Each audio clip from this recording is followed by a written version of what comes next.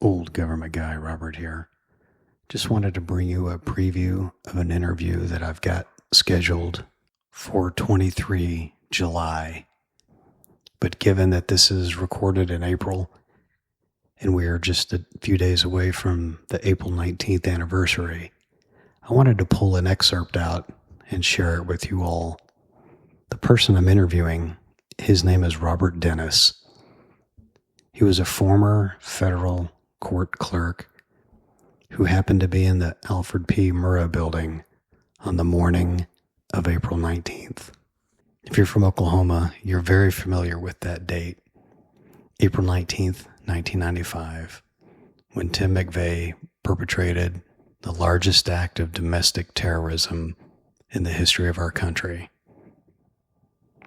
So I hope that this snippet gives everyone just a moment to reflect and to pause, to think back to that day and to think back to what can happen when extreme views against the federal government and against our fellow Americans can lead to reprehensible actions. You can hear the rest of Robert's interview on July 23rd. Until then, I just want to thank everyone for tuning in and to helping us share this little bitty podcast with your friends and family. Take care.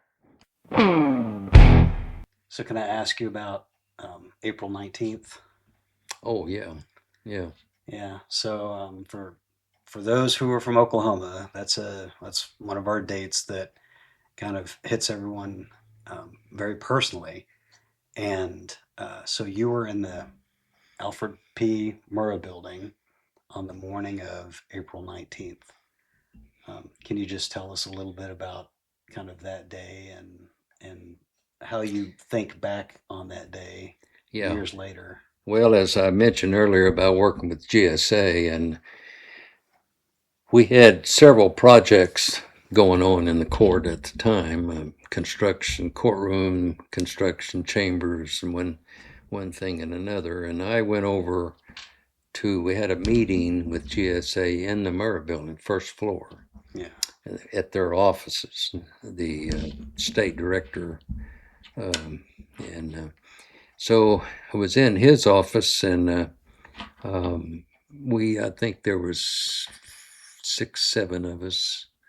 They were all GSA folks, and me talking about different projects and things. And the meeting was over right before 9, right around 9 o'clock, and so the district director, Don Rogers, he needed to go back over to the courthouse, and where I was going back to my office. And he said, "I'll just walk with you. We'll go over there together." So he and I walked together, got to the elevators at the center part of the building. Yep. And we were just standing there, and that's when the bomb went off. And all I remember is just hearing the explosion, and everything went black, and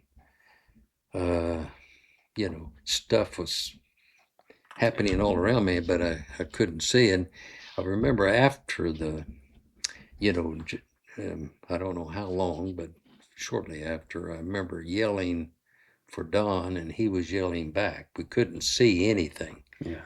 And I remember to get to him, and we were just going by voice because you couldn't see anything. But I remember climbing over stuff, bumping into stuff, and climbing around. And we finally held hands. We just kind of felt our way out. And I kind of thought, I guess at the moment I thought there was a boiler or something next to us blew up, and I had no idea what it was. And I kind of thought we were going out the front door. We were couldn't really see anything, and so we were struggling along there, and finally it kind of opened up, and you could see just a little bit, and it was starting to settle.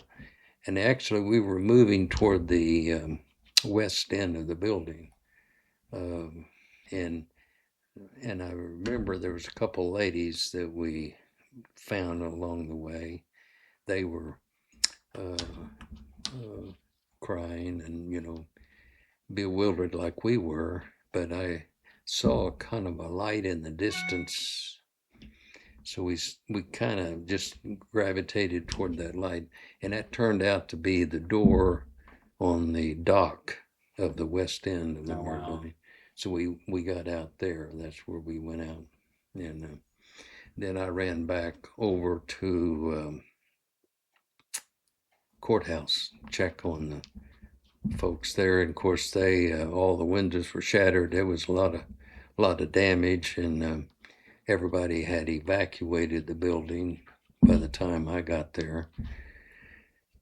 And front doors were just all shattered. The court security officers were there, and it was just a mangled mess, Yeah. It looked like the bomb had gone off there, but and then I saw a lot of employees and judges and people that I knew, and they looked at me. They said, "Well, they said I looked like Casper the Ghost." Wow. Because I had red eyes.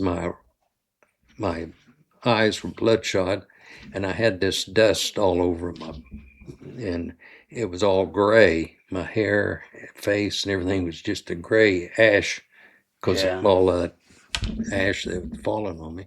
And then my eyes were red, so people said I looked like Casper the Ghost. And anyway, they told me I ought to go find an ambulance somewhere because I was coughing and couldn't see very well, and so I ended up getting with another one of my employees there, and her daughter was picking her up and going to meet her somewhere, and so we met her, and then she drove out to the hospital, Baptist Hospital, and there I was checked out. And